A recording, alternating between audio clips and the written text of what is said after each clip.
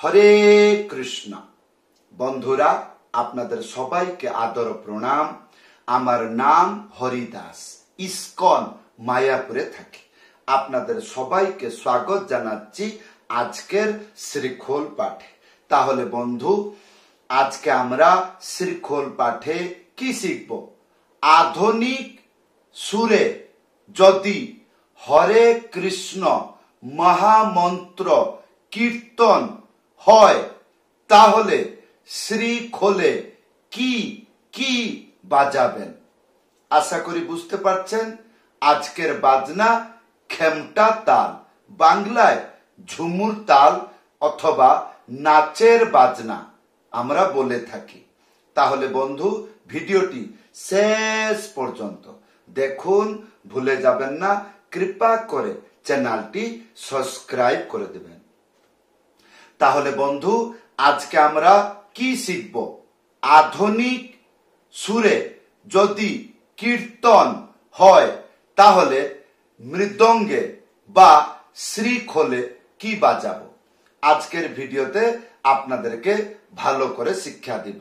আমাদের বাংলায় যেখানে সেখানে যদি হরিনাম কীর্তন হয়, প্রায় ভক্তরা এইরকম ভাবে আধুনিক সুরে কীর্তন গাইতে দেখতে পাওয়া যায়। কেমন? যেমন হরে কৃষ্ণ কৃষ্ণ কৃষ্ণ হরে হরে, হরে রাম রাম রাম হরে হরে। তাহলে বন্ধু, আসুন মাত্র দুইটা মন্ত্র আপনাদেরকে শিক্ষা দিব, তার সাথে পিকআপ তাল। আসুন, আজকের তাল ঝুমুর তাল, যেটা আমরা বলি খেমটা তাল। কেউ কেউ বলে ঝুলা তাল, কেউ কেউ বলে নাচের বাজনা, এইরকম বলে থাকে। তাহলে বন্ধু, মন্ত্রটি লেখা এসে যাচ্ছে। এই মন্ত্র গান শুরু হবে, এই মন্ত্রটি বাজাবেন। কি লেখা আছে? ধি ধা তি তা তি তা। ধি আর ধা দুটো হাতে বাজবে। কেমন? ধি, তিনটে আঙ্গুলি মাঝখানে চেপে ধা একসাথে বাজবে। তাহলে এটা হবে ধি, তিনটে আঙ্গুলি মাঝখানে চেপে ধা একসাথে বাজবে। ধি ধি, এটা হলো ধি। আর ধা, একটা আঙ্গুলি মাঝখানে উড়িয়ে ধা একসাথে বাজবে। তাহলে ধি ধা হয়ে গেল। তাহলে ধি ধা ইয়ার পরে তি তা তি, তিনটে আঙ্গুলি মাঝখানে চেপে, এইটা হবে তি। আর তা দুটো হাতে বাজবে। কেমন করে বাজবে? একটা আঙ্গুলি মাঝখানে উড়িয়ে থাপ একসাথে বাজবে। তাহলে তি তা হলো। কত সরল মন্ত্র, 5 মিনিটে শেখানো যায়। তাহলে বন্ধু, এই মন্ত্রটি যখন গানেতে বাজবে, শুনতে কেমন লাগবে দেখুন। ধি তা তি তা, তি তা তি তা, ধি তা তি তা, তি তা তি তা, ধি তা তি তা, তি তা তি তা। এই আর একটু ফুর্তিলা করে বাজানো যায়, একটু জলদি জলদি তাড়াতাড়ি বাজানো যায়। যদি গান যদি একটু গতিতে হয়, দ্রুত গতিতে, বা একটু জোর জোর করে গায়। হ্যাঁ, যেমন ধি দাদি দাতি দাদি তা, ধি দাদি দাতি দাদি তা, ধি দাদি দাতি দাদি তা। যেরকম গান হবে সেরকম এই মন্ত্রটি দৌড়াবে তার পিছনে পিছনে। আচ্ছা, যখন এই মন্ত্র বাজাবেন, পিকআপ তাল দিতে হবে। পিকআপ কি? ধি ধি তাক ধি ধি তাক ধি ধি তা, সব দুটো হাতে বাজবে। ধি, তিনটে আঙ্গুলি মাঝখানে চেপে হালকা করে ধা একসাথে বাজাবেন, তাহলে এইটা হবে ধি। আর তাক একটা আঙ্গুলি মাঝখানে উড়িয়ে থাপ একসাথে বাজাবেন, তাহলে ধি ধি তাক, ধি ধি তাক, ধি ধি তাক। এই হয়ে গেল।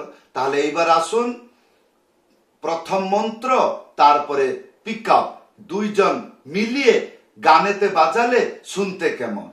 তাহলে আসুন, যেমন ধি তা ধি তা তি তা তি তা, ধি তা ধি তা তি তা তি তা, ধি ধি তাক, ধি ধি তাক, ধি ধি তা, ধি তা ধি তা তি তা তি তা, এইরকম বাজবে। তাহলে বন্ধু এই ছিল মন্ত্র। আচ্ছা, এই টাইপতে বাজিয়ে সম্পূর্ণ গানেতে বাজাইতে পারবেন। হ্যাঁ, যেমন গানটি ডবল চলে আসবে, তখন কি বাজাবেন? যদি গান ডবল চলে আসে, মন্ত্র চলে আসলো, এই মন্ত্রটি বাজাবেন। কি লেখা আছে? ধি তাতি ঘিতা তি তাতি খিতা। এই ধি তা তি ঘিতা, ধি তিনটে আঙ্গুলি মাঝখানে চেপে ধা একসাথে বাজাবেন, এইটা হবে ধি। তারপরে একটা আঙ্গুলি মাঝখানে উড়িয়ে তা, তাহলে ধি তা। তারপরে তি ঘিতা, তিনটে আঙ্গুলি মাঝখানে চেপে, এইটা হবে তি, আর এইটা হবে ঘি। আর তারপরে একটা আঙ্গুলি মাঝখানে উড়িয়ে তা, তাহলে ধি তা তি ঘি তা হলো। ইয়ার পরে তি তাতি খিতা, তিনটে আঙ্গুলি মাঝখানে চেপে তি, তারপরে একটা আঙ্গুলি মাঝখানে উড়িয়ে, তাহলে তি তা। তারপরে তিক্ষিতা, তিনটে আঙ্গুলি মাঝখানে চেপে তি খি, একটা আঙ্গুলি মাঝখানে উড়িয়ে তা, তাহলে তি তা তি খি তা হলো। তাহলে এইবার আসুন এই মন্ত্রটি গানেতে যখন ডবল বাজবে শুনতে কেমন লাগবে। এটা মধ্যম গতি থেকে নিয়ে মহা দ্রুত, অতি দ্রুত এইরকম করে বাজাইতে পারবেন। যেমন ধি তাতি ঘিতা তি তাতি ঘিতা, ধি তাতি ঘিতা তি তাতি ঘিতা। আর যদি জোর জোর করে বাজানো যায়, তাহলে ধি তাতি ঘিতা তি তাতি ঘিতা তি। ইয়ার পরে যদি জোর বাজানো যায়, ধি তাতি ঘিতা তি তাতি ঘিতা তি, এইরকম যেমন প্র্যাকটিস করবেন। এইরকম ডবল বাজনার সময় পিক আপ তাল বাজিয়ে দেবেন। কেমন? ধি তাক ধি তাক ধি তা, ধি তাতি ঘিতা তি তাতি ঘিতা তি তাতি ঘিতা তি তাতি ধিন তাক ধিন তাক ধিন তা। যদি ধি তাক না হয়, তাহলে ধিন তাক ধিন তাক ধিন তাক ধিন তা। এইটা আবার জিজ্ঞাসা করবেন কেমন করে বাজাবো?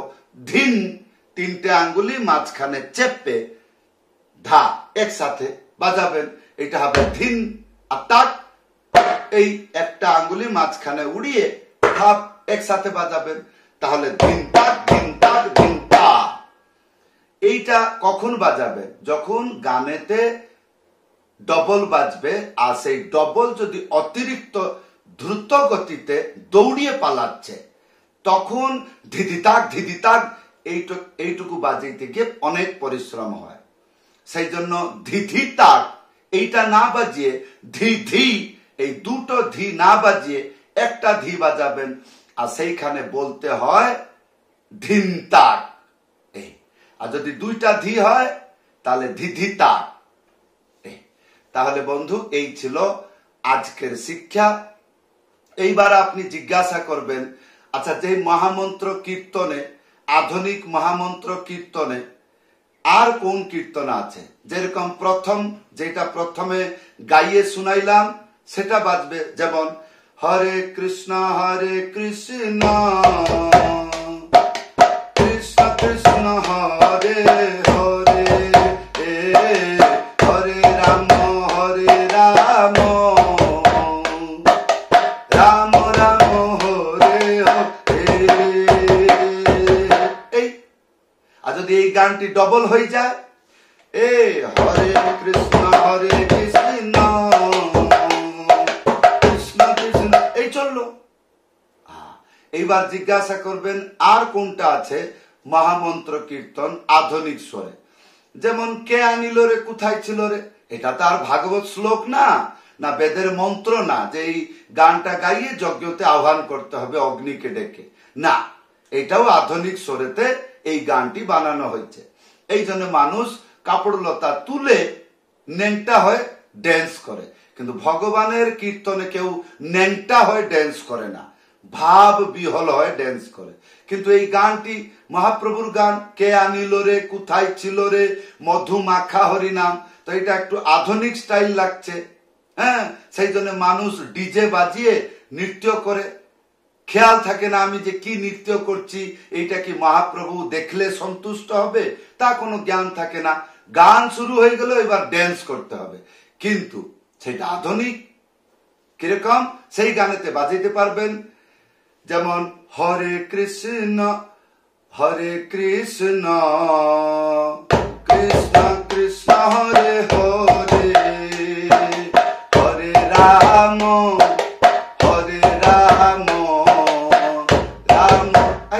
আর যদি এইটা যদি ডবল চলে আসে তাহলে এইরকম বাজাবেন, এ হরে কৃষ্ণ এই চললো। হ্যাঁ, তাহলে বন্ধু এই ছিল আজকের মৃদঙ্গ শিক্ষা।